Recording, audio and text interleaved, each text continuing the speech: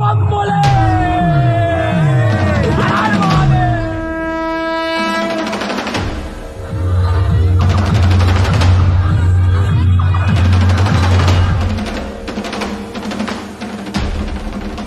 Hello friends, welcome back to my channel and welcome to a new video.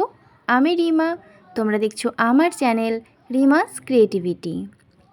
আজকের ভিডিওতে আমি তোমাদের সাথে শেয়ার করব আমার বাবার বাড়ির গ্রাম সাঁকারি এবং তার পাশের গ্রাম খুদকুড়িতে বাবা রাঘবেশ্বরের তলায় ঠিক কীভাবে জল ঢালার অনুষ্ঠান সম্পন্ন হয়, ঠিক কতগুলো মানুষ একসাথে এক জায়গায় জড়ো হয় এবং নানা রকমভাবে ঠাকুরের পুজো সম্পন্ন করে। আর এবছর আরও নতুন নতুন কিছু ঠাকুর বানিয়েছে নতুন আদলে, তো সেগুলি তোমাদের সাথে আজকে তুলে ধরবো।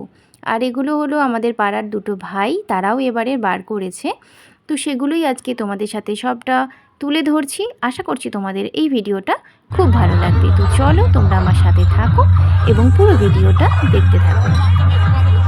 এখন তোমাদের সামনে যে ছবিটা দেখা যাচ্ছে, এটা আমাদের একটা বহু পুরনো শিব মন্দির। এই শিব মন্দিরের সামনেই কালী পুজোর সময় কালী ঠাকুরও আসে। তো এখানে এখন ঠাকুরের পুজো হচ্ছে, তারপরে এখানে জল ঢালা হবে। আমাদের পাড়ার মানে আমাদের গ্রামের এবং আমাদের পাড়ার ছোট ছোট ভাইয়েরা সব জল আনতে গিয়েছিল।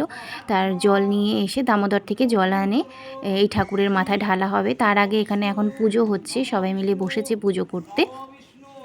তো ছোট ছোট কয়েকটা বোনও আছে দেখছি। পুরো ভিডিওটা আমাকে আমার এক বোন পাঠিয়েছে, তো সেজন্য আমি তোমাদের সাথে শেয়ার করতে পারছি। এটা আমারও বেশ ভালো লাগছে দেখে। আমিও যেতে পারিনি, কিন্তু সে আমায় পাঠিয়েছে এবং আমি নিজেও সেটা দেখতে পাচ্ছি, উপভোগ করতে পারছি এবং তোমাদের কাছেও এটা শেয়ার করতে পারছি যে আমাদের গ্রামে ঠিক কীভাবে ঠাকুরের জল নিয়ে আসা হয়, কত ছোট ছোট ভাই বোনেরা সবাই যায়, কীভাবে পুজো হয় এবং ঠাকুরের মাথায় জল ঢালা হয়। তো সেই সবই আজকে তোমাদের সাথে তুলে ধরছি। তো চলো আজকে এখন আমাদের গ্রামের ঠাকুরের পুজোটা তো তোমরা দেখতেই পেলে। এটা আমাদের গ্রামের একটা শিব মন্দির, অনেক পুরনো। আর এরপরে আমি চলে যাব একদম খুদকুড়িতে। খুদকুড়ির ওখানে কি কি ঠাকুর বানানো হয়েছে আর কিভাবে যায় ওখানে সবাই মিলে মাইক বাজিয়ে কি কি হয় না হয়, তো সবটাই তোমাদের সাথে তুলে ধরবো। তো চলো আজকের ভিডিওতে বেশি কথা বলবো না, শুধু তোমাদেরকে দেখাতে থাকবো।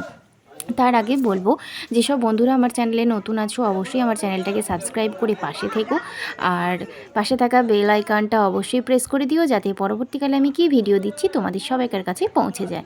তো চলো সাথে থাকো আর পুরো ভিডিওটা দেখতে থাকো।